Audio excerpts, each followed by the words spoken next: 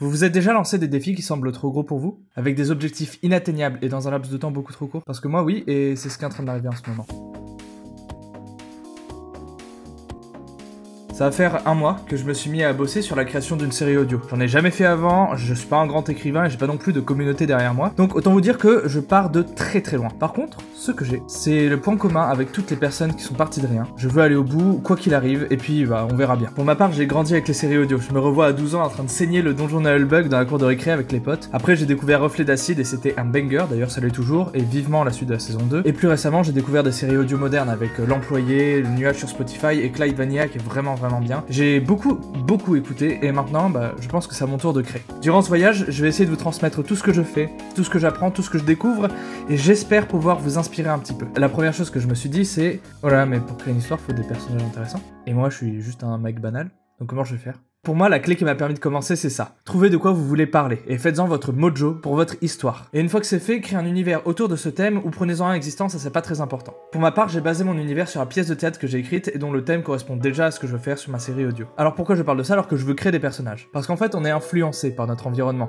Que ce soit physiquement, c'est l'environnement et l'évolution qui a fait qu'on marche sur deux pattes et qu'on a un cul pour équilibrer tout ça, ou alors mentalement, parce que beaucoup de choses dépendent de où on est né, de qui on est entouré, et à quelle période, évidemment. Donc, maintenant qu'on a tout ça en tête, nos personnages peuvent se mettre à exister mais quasiment d'eux-mêmes. C'est donc ce que j'ai fait pour mon univers. Mon histoire se passe dans l'espace au début de l'exploration spatiale. Et la loi stipule que personne n'a le droit de se balader dans l'espace si l'armée n'a pas donné son accord. Dans ce monde, la Terre n'est plus verte, les entreprises ont pollué la Terre et les gens sont soit bloqués sur Terre, soit entassés dans des spatioports où ils ne peuvent pas en sortir. Tout ça parce que l'humanité est sous le joug d'une menace extraterrestre qui s'appelle les Moan, dont on n'arrive pas à comprendre et à traduire le langage. Et globalement, personne n'est vraiment content de cette situation. De ce postulat de base, je peux créer mes personnages. Il y a ceux qui vont briser les codes, ceux qui vont faire en sorte de les solidifier, et bien sûr, parce que tout le monde n'est pas un héros, ceux qui subissent le poids des actions des autres et qui font de leur mieux pour évoluer dans cet univers sans chercher à changer les choses. À tout ça, je rajoute le plus important pour moi, c'est les rêves intrinsèques à chaque personnage. Parce que sinon, ils ont aucune raison de se lever le matin, ou de se battre, ou même juste d'aller faire leurs courses.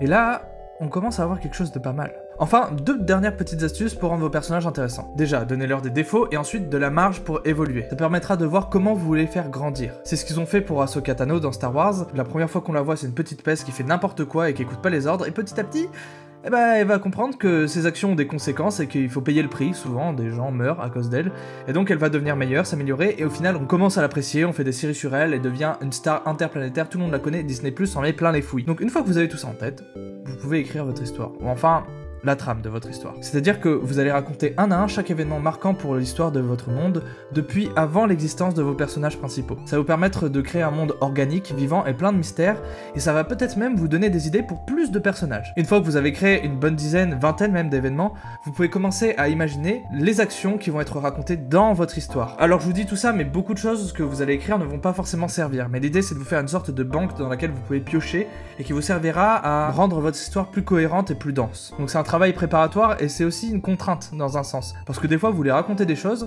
et vous pouvez pas parce que ce qui s'est passé avant l'en empêche.